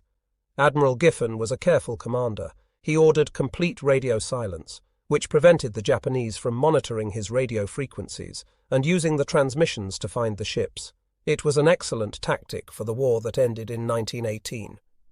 For the war of January 1943, it was less than optimal, since the Japanese planes had been shadowing the cruisers all afternoon, and the Japanese submarines in the area had been reporting on their positions. The real effect of Admiral Giffen's radio silence was to prevent the task force from sending planes to check on the blips that came up on the radar screen. At the 11th Air Fleet bases in Rabaul and at Buka, 31 twin-engine bombers took off. The Japanese had been working on a new attack technique to strike just after darkness fell, when the enemy would be hampered by poor visibility. The Americans were totally unprepared for such an attack. As usual, the ships had all gone to general quarters at sundown, but once that ended, they had decreased their vigilance. The cruisers were 50 miles north of Rennell Island, very close to the point where they were supposed to meet the extra destroyers. They were travelling in 2 columns. Half an hour after sunset, the bombers arrived in the area. Admiral Giffen's radar sets showed them 60 miles to the west. Still, he did not prepare for an attack, and the task force steamed along, relaxing for the night. The Japanese torpedo bombers circled around so they would not be silhouetted against the pink light of the last of the day in the western sky. Then they split into 2 groups to attack both columns from the dark side. The first attackers came in, and 1 torpedo bomber launched a torpedo against the destroyer Waller, but it missed. The pilots zoomed in low and strafed the destroyer and the cruiser Wichita, and then pulled up in a climbing turn. Another plane attacked the Louisville, and her captain avoided torpedoing by a sharp turn to port. It seemed that the attack was over, particularly after the anti-aircraft guns shot down a low-zooming plane that had strafed. Admiral Giffen did not falter, he did not even zigzag, but moved straight on toward his rendezvous. The torpedo bombers came in again, now that they had found their quarry, and the darkness was almost complete. First, several planes flew over the formation of ships, dropping flares that lit them brightly. Red and green float flares drifted to the surface and outlined the course of the ships. The flares became targets for the ship's gunners, who now kept their eyes on the water, not in the air. A few moments later, the Japanese bombers came in again. One dropped a torpedo which hit the Louisville. This was one of the few times so far in the war that a Japanese torpedo did not detonate. That indicated the state of training of the pilot. He had dropped too soon, and the torpedo had not had time to arm itself. The anti-aircraft guns barked, but the Japanese continued to harry the formation, attacking the Chicago, the other cruisers, and the destroyers. The anti-aircraft gunners fired accurately and brought down several planes. One blew up astern of the Waller, and another hit so close to the Chicago that her decks were blackened by burning aviation gas. The light from the two planes was better than any flare, and in that light another torpedo plane came down and put a fish into the side of the Chicago. Then a second torpedo hit, and at 8 o'clock the attack was over. The other ships had been scarred, but the Chicago had suffered serious wounds. She was taken in two by the Louisville and headed back for Espiritu Santo. Admiral Giffen's concern for punctuality at the rendezvous point seemed unimportant now. During the night, the task force was vigilant, and a Black Cat night fighter came from Espiritu Santo to hover. In the morning, the two jeep carriers put up combat air patrol. But the Japanese continued their watching, and dawn found more Japanese planes in the area. The task force split up that morning, with the undamaged cruisers going back to F8, and the Chicago tow changed over to the tug Navajo, which had come out for the task. Chicago was screened by 6 destroyers, but no one thought about air cover. The combat air patrol circled around the ships as they travelled at 4 knots, but did not watch for the enemy further out. Just before 4 o'clock in the afternoon, the Japanese struck the Chicago again when she was just 40 miles from the big carrier Enterprise. They were after the carrier, but the combat air patrol of the Enterprise was alert, and there were too many planes for comfort, so the Japanese bombers decided to strike the crippled ship instead. Sneaking through cloud cover, they approached the Chicago before the fighter patrol from the Enterprise found them, and 9 Betty bombers launched torpedoes against the slow convoy. 4 torpedoes smashed into the Chicago's side. 1 other struck the destroyer La Valette. Soon the Chicago sank in 12,000 feet of water, although most of her crew were saved. The La Valette was damaged, but she could be towed to safety and was. Most of the Japanese bombers were shot down, but they had won another encounter with the American Navy and had shown their perfection of 2 techniques of torpedo attack that were to be used again and again in the months to come. When Halsey had the facts of the encounter, he was extremely angry at the ineptness of his cruiser commander. Once again, the American lack of experience was showing.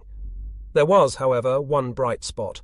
The American transports delivering the army troops and collecting the Marines from Guadalcanal were forgotten by the Japanese in their excitement at attacking the naval vessels. So the transports landed and embarked again without any trouble at all. In January, General Patch conducted a number of operations against the Japanese, further diminishing General Hyukatake's fighting strength. But by this time, fighting was not the primary mission of the Japanese army on Guadalcanal. Survival was. The following poem by one of the survivors of the Japanese force indicates the state to which they were reduced by the end of 1942. No matter how far we walk, we don't know where we're going. Trudging along under dark jungle growth. When will this march end? Hide during the day, move at night, deep in the lush Guadalcanal jungle. Our rice is gone, eating roots and grass, along the ridges and cliffs. Leaves hide the trail. We lose our way, stumble and get up, fall and get up. Covered with mud from our falls, blood oozes from our wounds, no cloth to bind our cuts. Flies swarm to the scabs, no strength to brush them away, fall down and cannot move. How many times I've thought of self-termination. At the end of January, the commander of the United States 24th Corps decided that it was time to begin mopping up the enemy, and he sent a battalion of the 132nd Infantry Regiment to the southwest coast of the island. The major purpose of this operation was to stop the reinforcement of the Japanese troops west of Cape Esperance. So little was known of Japanese activity that General Patch was not sure how many enemy supply missions had been made since he came to the island in December. The Americans moved from the Lunga area in 5 landing ship tanks, protected by 4 destroyers and many planes from the Cactus Air Force. This activity was noted by the Japanese on the island, who feared that their KE operation had been unearthed by the enemy, and the word went to Rabaul, where Admiral Kusaka strained his resources to mount a counterstrike. Half the troops had been unloaded, and 3 landing ship tanks and 2 destroyers were taking the land NG craft back to the American side of the island when the Rabaul Air Force planes attacked.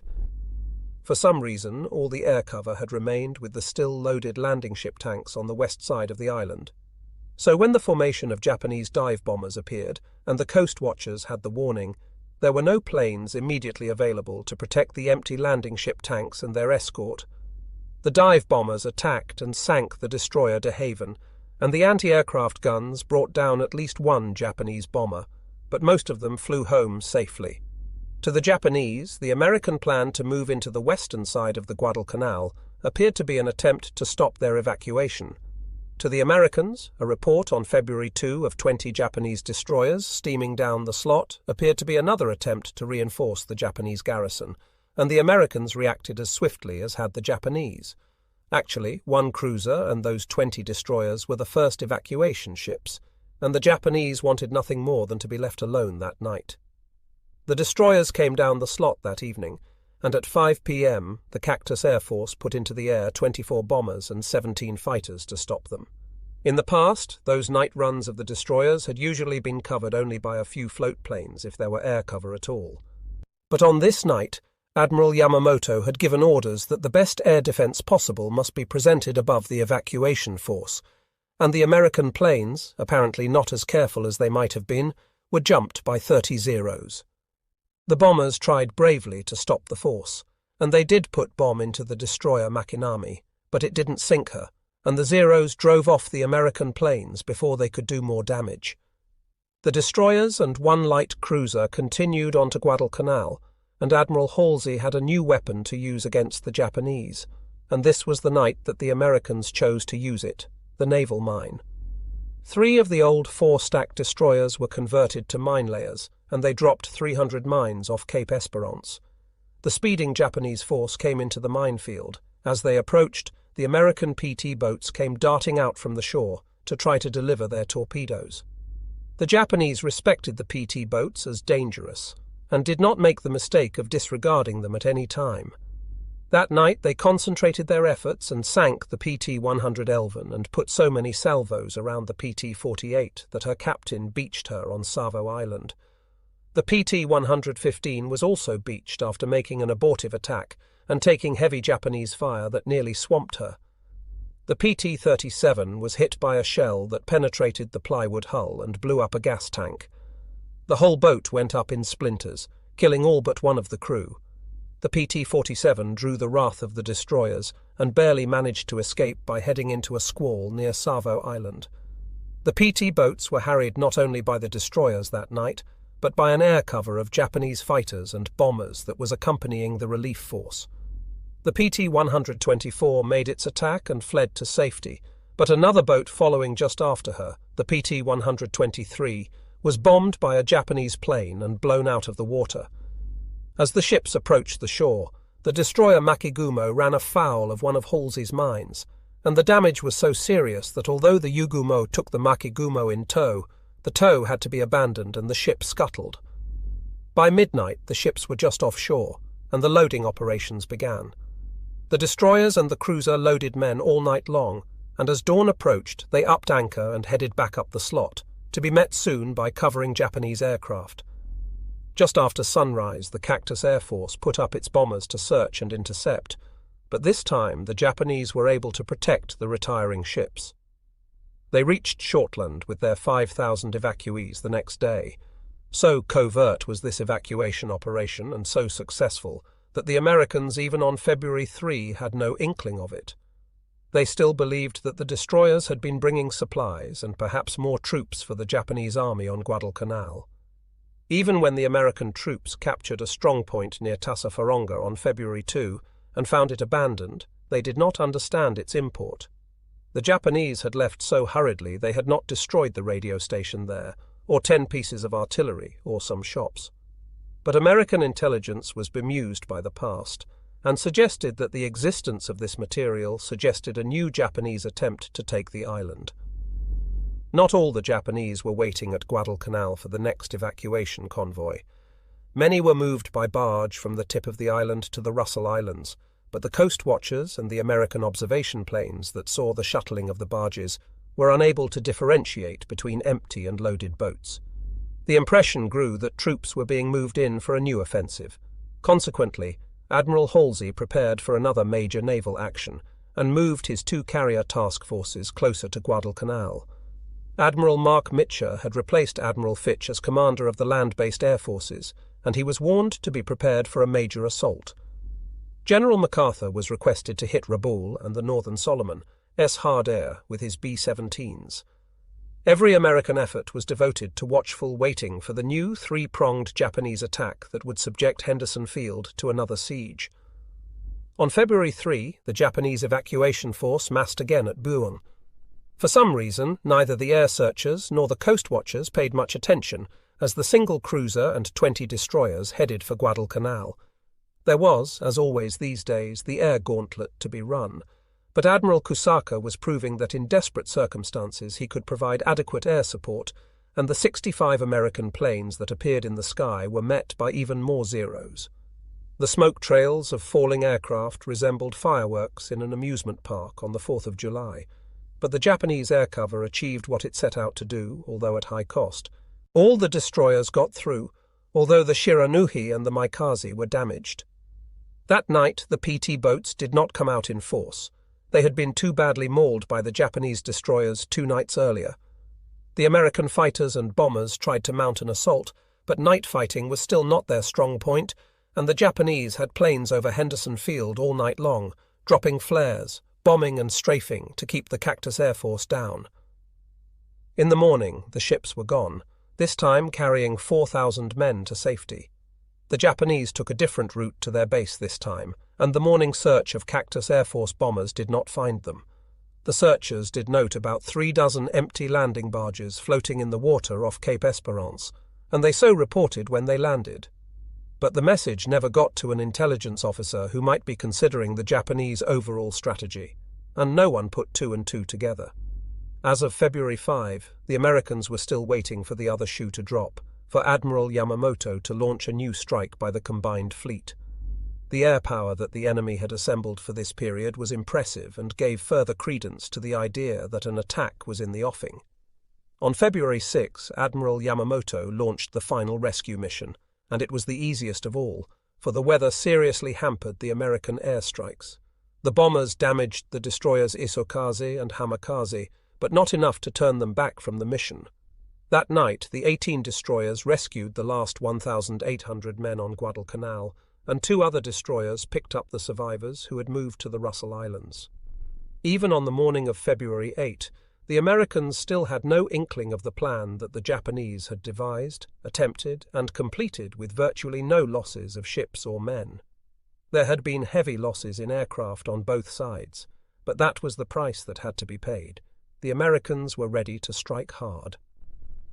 On the morning of February 8, they reached the Cape Esperance beaches, ready for a desperate battle, and found only empty quarters, vacated campfires, abandoned supplies, and empty landing boats drifting in the water offshore. They finally got the idea. The Japanese, at least in this area of the island, were gone. That day the American troops moved forward, still cautiously, waiting for the snap of rifles and the popping of machine guns, but these sounds were not heard. At 4:30 a.m. in the afternoon, on the Tanamba River, one finger of the pincers they had planned met the other without having seen a Japanese soldier all day long. Then it was conclusive. General Patch sent a message to Admiral Halsey, announcing the total and complete defeat of Japanese forces on Guadalcanal, and it was bravado and exaggeration, but it was true nonetheless. Admiral Yamamoto and General Imamura had combined forces to carry out one of the most remarkable military movements in the history of warfare, and yet it was still defeat. The Japanese had occupied Guadalcanal in order to advance their striking power against Australia and the United States. For the first time, the Americans had struck back, not in a desperate defensive action as Midway was, but in a genuine offensive. In the beginning, the American effort had been slipshod, and it very nearly failed from inadequate resources and inadequate military command. But as the weeks, not months, but weeks rolled on, the Americans seemed to catch on more each day. The magnificent effort of the pilots of the Cactus Air Force in the first 3 months saved the island, in spite of the bad judgment of the senior commanders. With the coming of Halsey, defeatism and conservatism were replaced with a fighting spirit, and from that point onward the course of the battle changed quickly. In the air, the Americans won the battle on 2 levels, and first was that the original band of pilots performed as valiantly as any men in the air ever had, during a period as desperate as the Battle of Britain. That takes nothing away from the bravery of the Japanese, who for the first half of the battle suffered from a 1,000-mile round trip in order to fight. In the second half of the battle, when the Japanese had bases closer to Guadalcanal, the Americans were bringing in more and more planes, while the pipeline from Japan was slowly shrinking. On the ground, the Americans and Japanese were about even in numbers after that first period in which the Americans missed their chance to take over the whole island. But if they had taken it just then, without supply, perhaps General Vandergrift could not have held it. The Marines performed brilliantly at Bloody Ridge, and again in the second major assault against Henderson Field. The Japanese, hampered after October by ever more serious shortages of supplies, could do nothing but wait for reinforcement, and they waited successfully. But they left 24,000 men dead on that island, as compared to the American loss of about 3,000. On the sea, the battles of Guadalcanal for the most part showed a superiority of naval performance by the Japanese. The Americans were hurt by the poor quality of their torpedoes and by the poor quality of their training. Destroyers played a crucial role in the Japanese victories. The performance of the Japanese destroyer men was no less than brilliant. They were led by Admiral Raizo Tanaka, whose abilities were better appreciated by Admiral Nimitz than they were by Admiral Yamamoto and the Imperial General Staff. Admiral Tanaka had one failing from the Japanese point of view. He spoke his mind directly on the problem of resupplying the Japanese forces on Guadalcanal, and he had the misfortune to be precisely right about a serious blunder in policy. From the South Pacific, he was transferred first to Singapore and then to Burma, where he spent the rest of the war in desk jobs. In terms of ships lost, the numbers were precisely the same: 24 Japanese ships and 24 American. The Americans lost 2 carriers, but the Japanese lost 2 battleships, and so it all evened out in terms of tactical success. But in a strategic sense, Guadalcanal was a disaster for the Japanese Navy. The Americans could afford to lose those ships. The United States was already engaged in a massive shipbuilding program that Japan could not hope to match. Above all, however, Guadalcanal was the beginning of the confirmation of Admiral Yamamoto's prediction that the tide would turn. There would be more months of false hopes in Tokyo, in Rabaul, and in Truk. Admiral Yamamoto would fall a victim to his arch-enemy Admiral Nimitz.